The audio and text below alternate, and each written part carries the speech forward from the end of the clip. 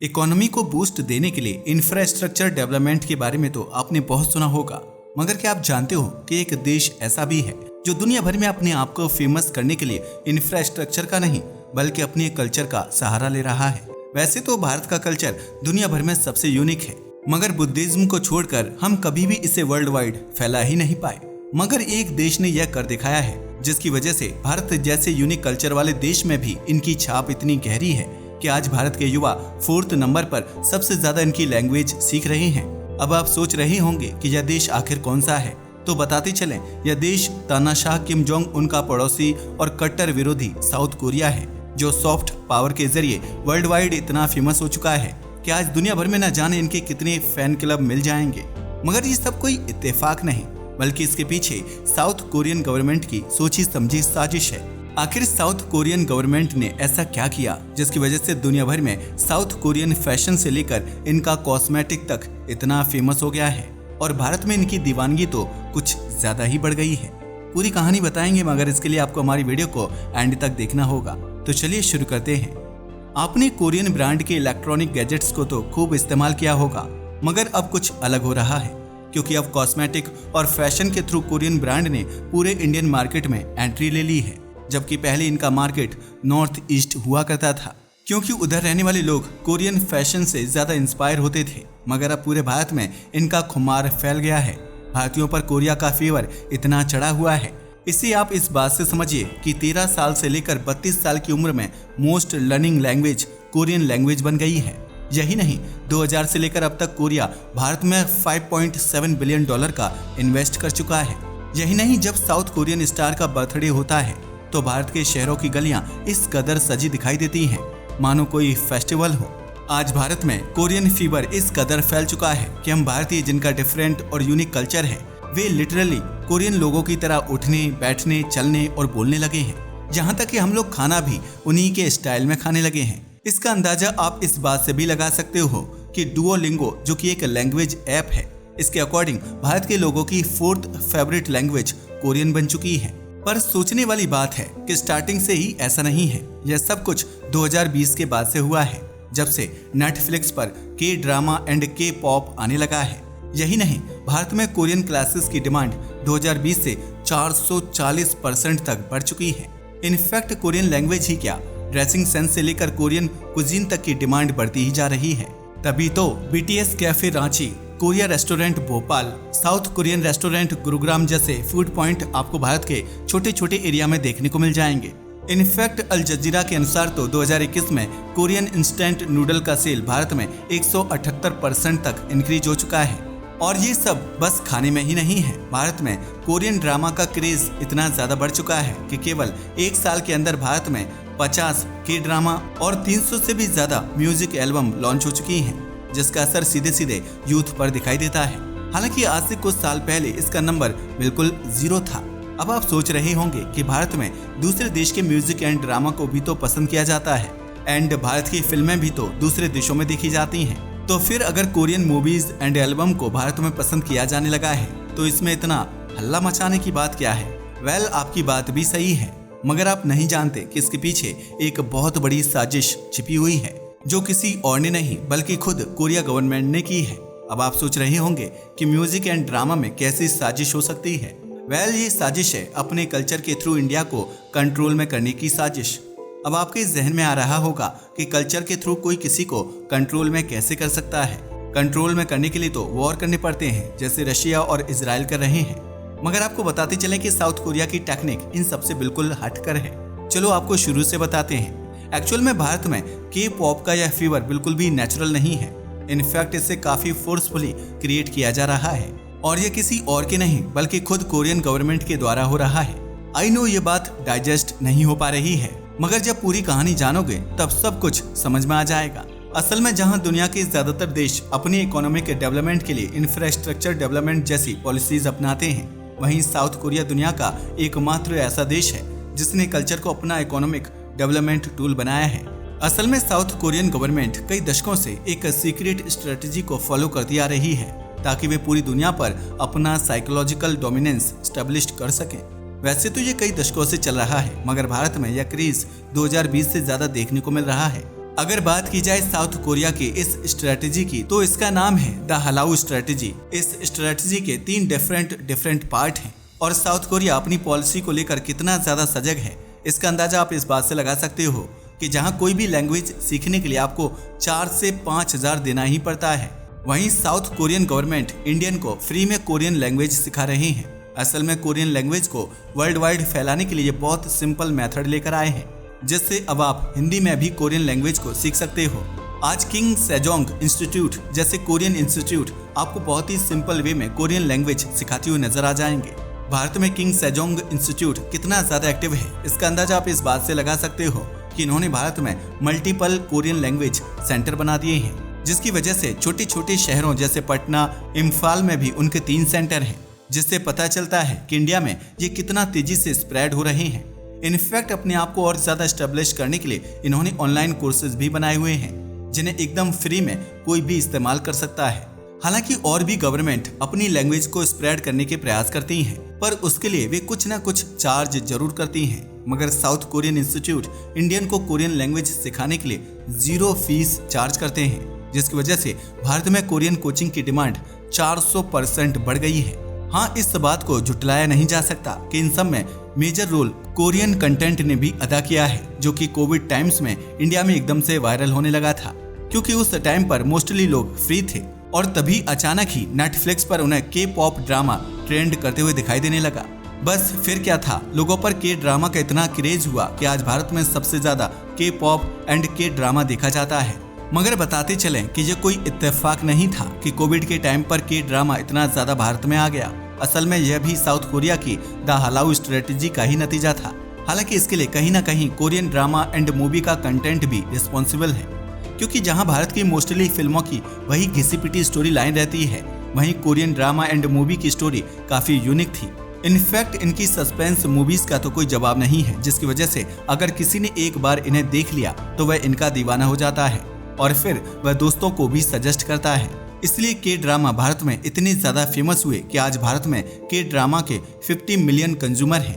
हालांकि स्टार्टिंग में के ड्रामा के लिए लैंग्वेज सबसे बड़ा बैरियर था, मगर अब Amazon मिनी टीवी ने इस बैरियर को भी तोड़ दिया है, क्योंकि अब यहाँ बहुत सारे हिंदी में भी के ड्रामा रिलीज हो रहे हैं। अब आते हैं द हलाउ स्ट्रेटेजी के दूसरे फेज की तरफ, जिसकी मदद से कोरियन गवर्नमेंट ने इंडिया में के कंटेंट को इतना पॉपुलर किया। असल में 2011 से every summer and autumn the world turns all over of the चैंगवेन के फेस्टिवल भारत में कराया जा रहा है। असल में इस फेस्टिवल का ब्लूप्रिंट साउथ कोरिया के 3 मिनिस्ट्री ने 2011 में तैयार कर दिया था। ये 3 मिनिस्ट्री थी साउथ कोरिया की ministry of foreign affairs, ministry of culture, sports and tourism and Korea broadcasting system joint ministry. इन्होंने मिलकर ये डिसाइड किया कि हर साल एक कोरियन वर्ल्ड फेस्टिवल ऑर्गेनाइज किया जाएगा। इस फेस्टिवल में वर्ल्ड वाइड पार्टिसिपेशन को एश्योर करने के लिए यह तय हुआ कि पहले दुनिया भर में मौजूद कोरियन डिप्लोमेटिक मिशन और एम्बेसडर की मदद से मिनिस्टर राउंड ऑर्गेनाइज्ड किए जाएंगे और फिर इन इनिशियल राउंड विनर को कोरियन सिटी चैंगवन में वन ऑफ द बिगेस्ट के पॉप वर्ल्ड फेस्टिवल में इन्वाइट किया जाएगा। जैसे ही यह बेहतरीन प्लान तैयार हुआ तो इसका एग्जीबिशन भी स्टार्ट हो गया और तब से आज तक यह होते आ रहा है। भारत में भी यह फेस्टिवल 2011 से ऑल इंडिया के पॉप नाम के साथ हर साल भारत के 11 शहरों में होता है। इसे और कोई नहीं बल्कि खुद कोरियन गवर्नमेंट ऑर्गेनाइज करवाती है। और आपको पता ही होगा कि 2023 में यह फेस्टिवल हुआ था। इसे अहमदाबाद, लखनऊ, भुवनेश्वर, इम्फाल, भोपाल, पटना और गुंटूर में कराया गया था।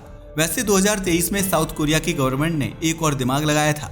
हम ऐसा इसलिए कह रहे हैं क्योंकि जब यह फेस्टिवल हुआ तभी भारत कोरिया रिलेशनशिप की 50th सेंचुरी को भी सेलिब्रेट किया गया था। इस फेस्टिवल का भारत में क्रेज कितना ज्यादा है इसका अंदाजा आप इस बात से लगा सकते हो कि देश भर के 11,000 से भी ज्यादा यंगर लोगों ने इसमें पार्टिसिपेट किया था। अगर बात की जाए इस फेस्टिवल की तो इसमें 4 स्टेज होते हैं। पहले इनिशियल लेवल होता है जिसमें ऑनलाइन पार्टिसिपेट करना होता है। उसे क्लियर करने के बाद में दूसरा लेवल आता है जिसमें रीजनल राउंड होता है जो देश के 11 शहरों में ऑर्गेनाइज करवाया जाता है। और उसके बाद में होता है 3rd एंड 4th राउंड, जिसके लिए पार्टिसिपेंट दिल्ली के कोरियन कल्चर सेंटर में इनवाइट किए जाते हैं, जहां 3rd स्टेज विनर को खुद कोरियन पॉप स्टार्स डांस और सिंगिंग की ट्रेनिंग देते हैं। एंड इसके बाद में आता है 4था और फाइनल स्टेज। इसमें विनर को कोरिया जाने तक का मौका मिलता है और यही है साउथ कोरिया की मास्टर स्ट्रेटेजी, जिसे आप के ड्रामा फैन क्लब से देख सकते हो। असल में जो लोग इस फेस्टिवल में पार्टिसिपेंट करते हैं, चाहे वो जीते या ना जीते, वे हमेशा के लिए उनके फैन जरूर बन जाते हैं। और फिर वे बनाते हैं के ड्रामा फैन क्लब पेज, जहां कोरियन लैंग्वेज सीखने की एडवर्टाइज के साथ साथ कोरियन सिंगर्स और कोरियन कल्चर का ग्लोरिफिकेशन किया जाता है। मतलब बेसिकली उद्देश्य यह है कि भारत में एक ऐसी कम्युनिटी बनाई जाए जो कम्प्लीटली कोरियन कल्चर का सॉफ्ट इन्फ्लुएंस लोगों में फैला सके। अब आप सोच रहे होंगे कि पूरी दुनिया में साउथ कोरिया केवल भारत में ही द हलाओ स्ट्रेटेजी क्यों लगा रहा है। वैसे तो इसके पीछे कहीं ना कहीं हमारी यंग पॉपुलेशन मेजोरिटी भी रिस्पॉन्सिबल है, क्योंकि आप तो जानते ही हैं कि भारत दुनिया का सबसे यंग देश है। इसलिए अगर इस यंग पॉपुलेशन को ही इम्प्रेस कर लिया जाए तो देश के कल्चर और फ्यूचर दोनों को इन्फ्लुएंस किया जा सकता है। शायद इसीलिए कोरियन गवर्नमेंट यह कर रही है, क्योंकि कोरियन गवर्नमेंट बहुत अच्छे से इस बात को समझती है। इसलिए उन्होंने यंग बर्ड्स को इन्फ्लुएंस करने के लिए बराबर निशाना लगाया है, वो भी इंडिया में के पॉप म्यूजिक कल्चर के थ्रू। अब आते हैं कोरियन गवर्नमेंट की द हलाओ स्ट्रेटजी के थर्ड पार्ट की तरफ, जो है इसके लिए अलग से एक मिनिस्ट्री अपॉइंट्स करने का। असल में साउथ कोरिया दुनिया की इकलौती ऐसी कंट्री है जहां कल्चर को फैलाने के लिए एक डेडिकेटेड मिनिस्ट्री एग्जिस्ट करती है, जिसका नाम popular culture industry division ministry है। कोरिया अपने इस मिनिस्ट्री को लेकर कितना सेंसिटिव है, इसका अंदाजा आप इससे भी लगा सकते हो कि इस मिनिस्ट्री ने हाल ही में के ड्रामा और के पॉप के लिए टैक्स बेनिफिट और सब्सिडी तक अनाउंस की है, ताकि के कल्चर को विदेशों में और भी ज्यादा फैलाया जा सके। वैसे इसका अंदाजा तो आप इस बात से भी लगा सकते हो कि के ड्रामा एंड के कल्चर को ओवरसीज फैलाने के लिए कोरियन सरकार हर साल $5.5 बिलियन के फंड्स इन्वेस्ट करती है। ये पैसा कितना ज्यादा है, इसका अंदाजा आप इस बात से लगा सकते हो कि ये 4,500 करोड़ रुपए के बराबर है, यानी जितना भारत में एक बड़े हाईवे प्रोजेक्ट के लिए इन्वेस्ट होता है। इसके अलावा $1 मिलियन का सेपरेट फंड भी सरकार कोरियन वेंचर इन्वेस्टमेंट कॉर्पोरेशन को देती है, जो इस पैसे को कोरियन एंटरटेनमेंट इंडस्ट्री में डालते हैं। अब आते हैं कोरिया सरकार की इस द हलाओ स्ट्रेटेजी के लास्ट और सबसे इम्पोर्टेंट पार्ट पर, जो कि है vertical integration of Korea entertainment industry. असल में कोरियन इंडस्ट्री के कंटेंट को और ज्यादा एफिशिएंट बनाने के लिए कोरिया ने वर्टिकल इंटीग्रेशन का प्लान इम्प्लीमेंट किया है। अब आप सोच रहे होंगे कि यह क्या है, तो बताते चलें यह कोरियन गवर्नमेंट का एक ऐसा यूनिक प्लान है जिससे उन्होंने कोरियन फिल्म और म्यूजिक इंडस्ट्री के स्ट्रक्चर को स्ट्रेटेजिकली रीऑर्गेनाइज किया है। इसके लिए सरकार ने फिल्म मेकिंग कंपनियों को सजेस्ट किया कि वे कंटेंट मेकिंग के सारे प्रोसेस जैसे फिल्म मेकिंग, प्रोडक्शन और डिस्ट्रीब्यूशन को कंबाइन कर दें। यानी कि अभी तक जो काम अलग अलग कंपनी किया करती थी, उन सारे कामों को कंबाइन करके एक ही कंपनी को सौंप दिया जाए। इसे आप भारत के एग्जाम्पल से भी समझ सकते हो, जैसे भारत में धर्मा प्रोडक्शन फिल्म मेकिंग से लेकर डिस्ट्रीब्यूशन तक सब कुछ खुद करती है, मगर कोरिया में 1990 से पहले ऐसा नहीं हुआ करता था। वहाँ फिल्म मेकिंग के हर प्रोसेस के लिए दूसरी कंपनी हुआ करती थी। लेकिन जैसे ही कोरिया की सरकार ने इन्हें कंबाइन करने का स्टेप लिया, तो उसके बाद एक ही कंपनी के अंदर सारा प्रोसेस होने लगा, जिसकी वजह से एग्जीक्यूशन बहुत इजी हो गया। इस तरह इन सारे स्टेप से के पॉप और भी ज्यादा पॉपुलर हो गया। तो देखा आपने कैसे भारत में कोरियन कल्चर के फैलने के पीछे कोरियन गवर्नमेंट की द हलाओ स्ट्रेटेजी का इम्प्लीमेंटेशन था। अब आप सोच रहे होंगे कि सरकार इसके लिए इतना खर्चा क्यों कर रही है, तो बताते चले कि असल में ये साउथ कोरिया की इकोनॉमिक बिल्डिंग के लिए सुपरफिशियली कल्चरल स्ट्रेटजी है।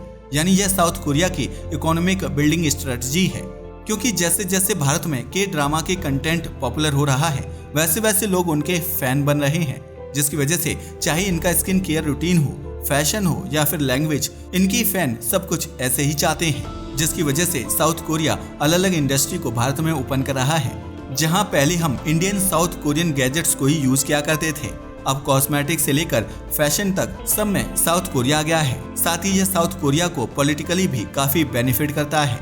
इनफैक्ट लंबे टाइम में तो यह बहुत ही हाइप क्रिएट करेगा। इसलिए कहा जा रहा है कि यह सबसे ब्रिलियंट इन्वेस्टमेंट है, जिसका अंदाजा आप इस बात से लगा सकते हो कि केवल 2018 के प्रोडक्ट और सर्विसेज से कोरिया को $5 बिलियन का फायदा हुआ था, जबकि 2003 में केवल $40 मिलियन का ही था। यही नहीं, 2012 के बाद से तो वर्ल्ड वाइड कोरियन के कॉन्टैक्ट का फैन बेस 90 लाख लोगों से 15 करोड़ लोगों तक बढ़ चुका है। यह वाकई चौंकाने वाला है।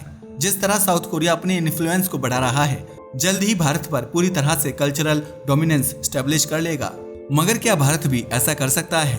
जबकि भारत के पास तो ऐसी कई कल्चर स्ट्रेटजी है, क्योंकि भारत तो हमेशा से ही यूनिक कल्चर का मालिक रहा है। यहाँ हमेशा से ही land of music, dance and culture है। मगर हम कभी अपनी असली पोटेंशियल को यूज नहीं कर पाए। हालांकि भारत भी इस रास्ते पर निकल रहा है, जिसका अंदाजा आप भारत के टूरिज्म सेक्टर के द्वारा शुरू किए गए सर्किट टूरिज्म से लगा सकते हो। भारत में हाल ही में बुद्धिज्म को टारगेट किया गया है ताकि बुद्धिज्म कंट्रीज में अपना कल्चरल इन्फ्लुएंस डेवलप किया जा सके। असल में बुद्धिज्म के थ्रू इंडिया दुनिया के 12 बुद्धिस्ट देश में अपना इन्फ्लुएंस बढ़ाने की कोशिश कर रहा है, मगर यह इनफ नहीं है क्योंकि भारत में इसे बड़े स्केल पर किया जाना चाहिए। वैसे आपका इसके बारे में क्या ख्याल है? अपनी राय को हमें कमेंट करके बताना ना भूलिएगा। साथ ही अगर आपको हमारी वीडियो पसंद आई हो तो इसे लाइक और हमारे चैनल को सब्सक्राइब करें। धन्यवाद।